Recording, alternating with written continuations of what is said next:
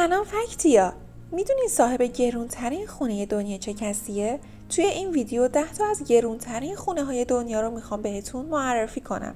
پس تا آخر این ویدیو رو ببین. این عمارت زیبا توی کالیفرنیاست و قیمت این خونه 125 میلیون دلاره. این عمارت که متعلق به مایکل میلکن هست امکانات زیادی داره که شامل 12 خواب، یک زیرزمین 3000 فوت مربع برای نگهداری شراب، یک کتابخونه 2 طبقه، یک اتاق مخصوص برای نگهداری کارد و چنگال، همچنین یک اتاق مخصوص برای رقص باله هست. چندین تا زمین تنیس، استخر، مرکز آب درمانی و یک آشپزخونه تجاری هم داره. جالبه که بدونید قسمتی از فیلم های The Green Hornet و Big Shots توی این عمارت فیلم برداری شده. همچنین کمپانی آودی برای آگهی تبلیغاتی خودش از این عمارت استفاده کرده. عمارت بعدی که میخوام بهتون معرفی کنم در مونتانا هست و قیمت این خونه حدود 155 میلیون دلاره. توی این منطقه مجموعه گلف و اسکی لاکچری خصوصی برای افراد ثروتمند وجود داره. این عمارت بزرگترین ملک در اطراف اون مجموعه هستش. از امکانات این عمارت جذاب میشه به سالن ورزشی، تلکابین به مناطق برفی و چندین استخر و چندین زیرزمین اشاره کرد. تیم بلیکسس توسعه دهنده املاک و تاجر الوار صاحب این عمارته.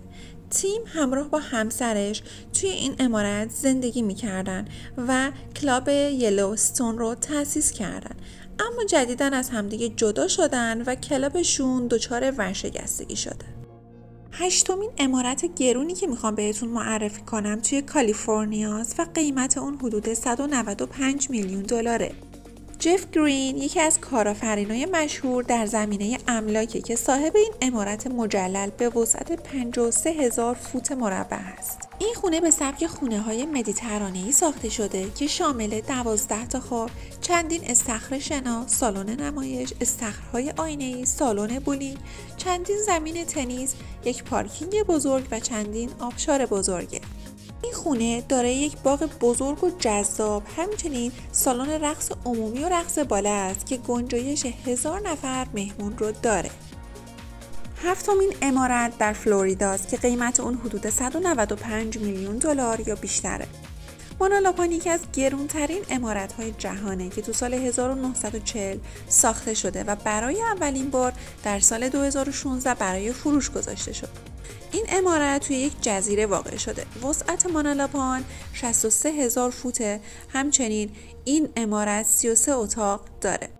این عمارت در خط ساحلی جزیره ساخته شده و الان هم برای فروش گذاشته شده، اما هنوز به فروش نرسیده. عمارت بعدی در لس آنجلسه و قیمت اون حدود 200 میلیون دلاره. این عمارت جذاب و مجلل برای اولین بار در سال 1988 برای تهیه کننده معروف تلویزیون به نام آرون اسپلینگ و همسرش ساخته شد. این عمارت بعداً به پترا استانت تعلق گرفت. استانت این عمارت رو در سال 2011 به مبلغ 85 میلیون دلار خرید، اما در سال 2014 با قیمت 150 میلیون دلار برای فروش گذاشت.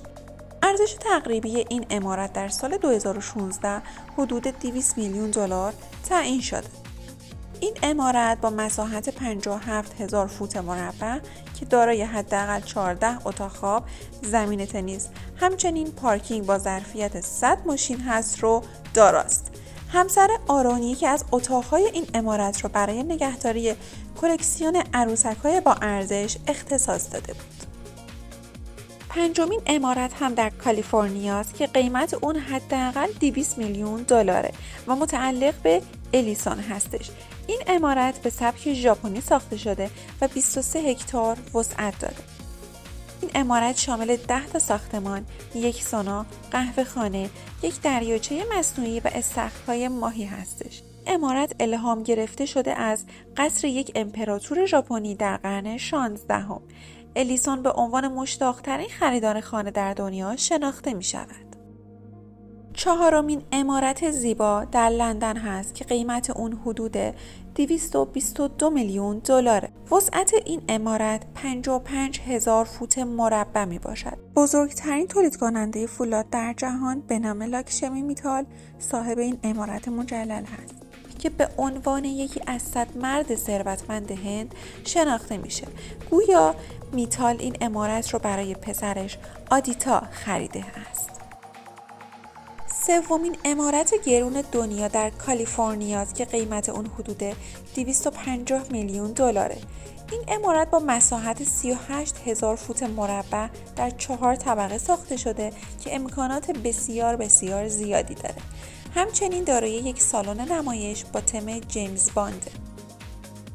این عمارت لوکس توسط بروس ماکوفسکی که در حوزه طراحی خانه‌های لاکچری فعال طراحی شده ولی هنوز برای اون هم خریداری پیدا نشده است. 2مین عمارت گرون دنیا در فرانسه هست که قیمت اون حدود 750 میلیون دلاره.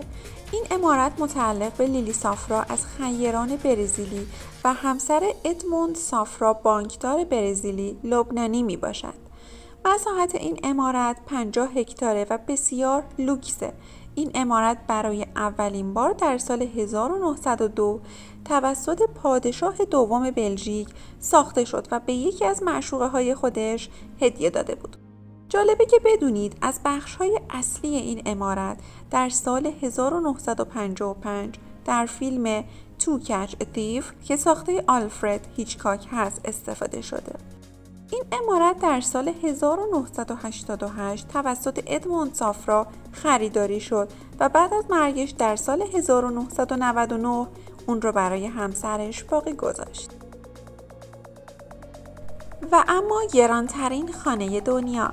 از نوامبر 2014 این خانه به عنوان 2مین خانه گران قیمت جهان بعد از کاخ باکینگهام شناخته میشه. اما از اونجایی که کاخ باکینگهام یک ملک سلطنتیه، بنابراین آنتیلیا به عنوان گرانترین خانه دنیا شناخته میشه که قیمت اون هم حدود 1 میلیارد دلاره. صاحب این خانه بزرگ 27 طبقه موکش آمبانی نام دارد. مساحت این عمارت 400,000 فوت مربع که دارای 6 پارکینگ زیرزمینی با ظرفیت 168 خودرو و 3 مکان برای فرود هلیکوپتر است می باشد. برای نگهداری این عمارت جالبه که بدونید 600 خدمتکار نیازه. این عمارت 1788 اتاق و 255 اتاق خواب داره. از دیگر امکانات این عمارت میتونیم به یک مقبره، سالن رقص باله و یک سینمای خانگی با ظرفیت 50 نفر اشاره کرد. خب دوستان، امیدوارم از این ویدیو لذت برده باشید.